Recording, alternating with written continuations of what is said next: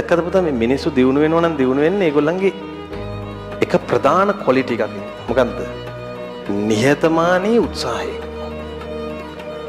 සමහර අය මන් දැකලා තියෙනවා උත්සාහ කරනවා හරි අහංකාරව. ගොඩ යන්න බෑ. සමහර අය මන් දැකලා තියෙනවා උත්සාහ නැහැ නිහතමානී. ගොඩ යන්න බෑ. ගොඩ යන්න උමනා කරන කෙනාගේ තියෙන ඕන ලස්සනම ක්වොලිටි එක තමයි ඒක. මොකද්ද? නිහතමානී උත්සාහවන්ත බව. ආයෙ නවත්තන්න බෑ ඊතලේ වගේ. මොන්ටිසෝරි වල කොන්සර්ට් එහෙම දැකලා තියෙනවද අපුච්චි? ගස් ඉන්නවා. හැච්චින් යනවා එකපාරට. ගස්. එකපාරට ඒ ගහ කෑ ගහනවා. අප්පච්චි!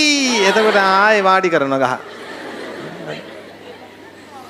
ගස්ගල් ගහ ගන්නවා. රාමායනේ එහෙම පෙන්නකොට රාමයි රාවණ යාළු වෙලා හොඳටම. දෙන්න හොඳටම යාළු වෙලා කතා කරනවා. කරට අත දානවා. සීත හනුමත් එක්ක යනවා. මොන්ටිසෝරි කොන්සර්ට් එකේ.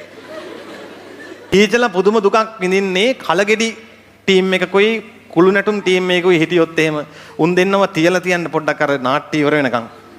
ස්ටේජ් එකේ දෙපැත්තේ පෝලිං කරනවා. ඉතින් කුල්ල අරගෙන ඉන්නවා මෙහෙම.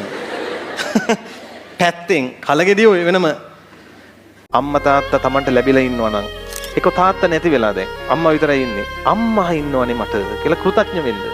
අම්මා තාත්තා දෙන්නම නේ අනාථ නිවාසයක හැදෙන්නේ. අනේ අනාථ නිවාසයක් හරි තියෙනවනේ මට කියලා කෘතඥ වෙන්න. ලැබුණු දෙයට හිතේ ස්තුතියක් තියාගන්න. අනිවාර්යෙන් දෛවය ඔයාලට ආශිර්වාද කරනවා. දියුණුව නම් වළක්වන්න බෑ. තමන්ගේ ජීවිතේට වෛර කරොත් අනිවාර්යෙන් දෛවයත් ඔබට වෛර කරાવી. පිරිහීම වළක්වන්න බෑ. ඒ නිසා ලැබිලා තියෙන ජීවිතේ ලස්සනට සරස ගන්න. ඒකට ආදරය කරන්න. ලස්සනට තියාගන්න. ඔයගොල්ලන්ගේ අනාගතේ හරිය ලස්සන වෙයි එතකොට. අපිව බාගෙට දන්න මිනිස්සු තමයි හැමතිස්සෙම අපිත් එක්ක ඇරියස් හදාගන්නේ.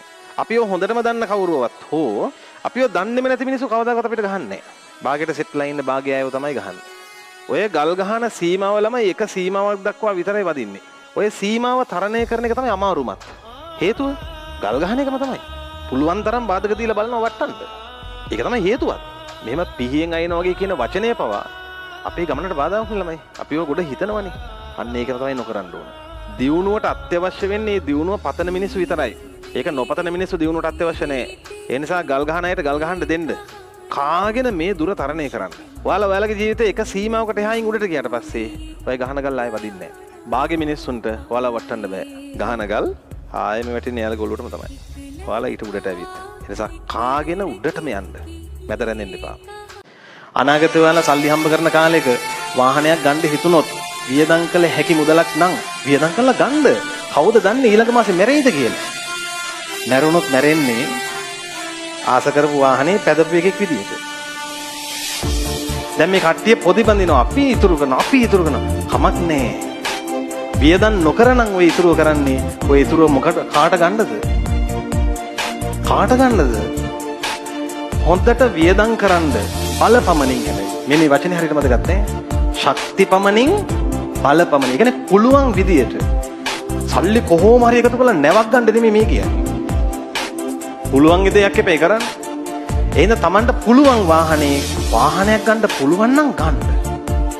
මෙහෙම හිතන්න එපා. තව අවුරුදු 5කින් කවුද බන් දන්නේ මැරෙයිද කියලා?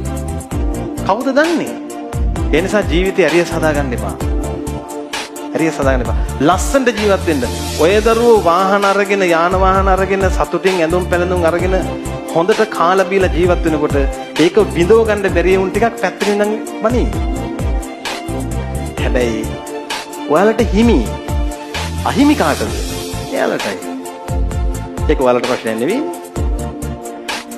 ඔයාලට ලැබිච්ච ජීවිතේ ලස්සනට භුක්ති විඳින්න ඕන. එහෙනම් ළමයි දැන් හම්බෙලා තියෙන ජීවිතේ දැන් තීරණය කරන්න ඕන කොහොම හරි කරලා ඒක ඒ තැනින් නවත්ත ගන්න. හැබැයි මතක තියාගන්න ඕන මේ හම්බ කරන හැම දෙයක් පොඩි දමින හැම දෙයක් දාලා දවසක යන්න වෙනවා. ඒ යනකම් පාවිච්චි කරන්න. හැබැයි දාලා යන්න වෙන බව දැනගෙන පාවිච්චි කරන්න. එතකොට තමයි මිනිස්සෙක් විදිහට ඉන්න පුළුවන්. තමන්ගෙන් අනිත් අයට සිතක් වෙන්නේ එතකොට. මිනිහෙක් ඇවිල්ලා කීයක් කර ඉල්ලන්ති අසරණ මිනිහෙක් දෙන්න හිතෙන්නේ එතකොට. ඇයි මම මේවා කවදා හරි දාලා යනවා. එහෙනම් මම අනිතර උදව් කරනවා කියන සිතිවිල්ලක් කියන්නේ එතකොටයි. දාලා යන්නේ මම යන්නේ කියලා හිතන එක සත්‍යයක් කොලවන්නේ. අන්න ඌ තමයි කුණා. ඔක වෙන්න එපා. තමන්ගේ ජීවිතේ තමන්ට වටින්න ඕන. වෙන කෙනෙක් ඉස්සරහා තමන්ගේ ජීවිතේ දෙකේ කොලයට දාන්නේ. මගේ ජීවිතේ හිටපු ගෑනු ළමයි මගේ ජීවිතෙන් යන ගානේ මම හිතුවේ මේ කෙල්ලට ඒ වාසනාව නැහැ කියලා මිස මට ඒ වාසනාව නැහැ කියලා නෙවෙයි. හැම පිරියෙක් බවලට ලං වෙන්නේ මට ආදරේ නේද කියලා අහගෙන. අහන්නේ. එහෙම පිරිමියෙක්ට ඕල්ලන දෙයක් දුන්නොත් එහෙම පිරිමියෙක්ගේ හිතක් රිදෙව්වොත් ඒ ජීවිතේ පිච්චිලා අල්ලු වෙන යනවා. ඒ නිසායි හොර වැඩ කරන්න එපා කියන්නේ.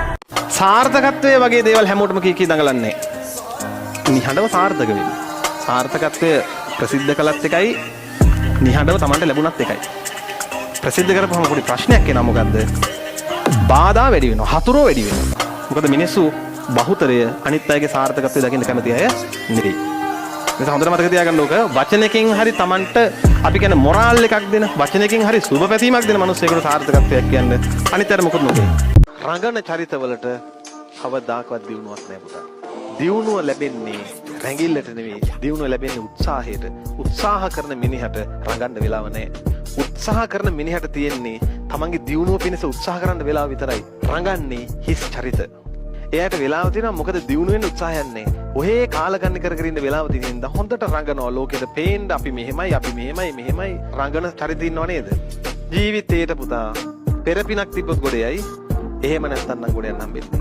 එරිමෙලමයි ශ්‍රේෂ්ඨ පිරිමි වෙන්න ඕන. අතහැරලා යා යුතු තැනදී අතහැරලා යන්න පුළුවන් වෙන්නත් ඕන. Taman අතහැර යනකොට ඒක නට යන්න දෙන්න පුළුවන් වෙන්නත් ඕන. දැන් අපේ දැන් උන්ට ගෙල්ල ගිය ගමන් ඒකා රණ්ඩ තියෙන බලුවට එක්ක බොනවා පඳුර කරපැනලා. බීලා ආශිකී 2 කියලා මැරිලා යනවා.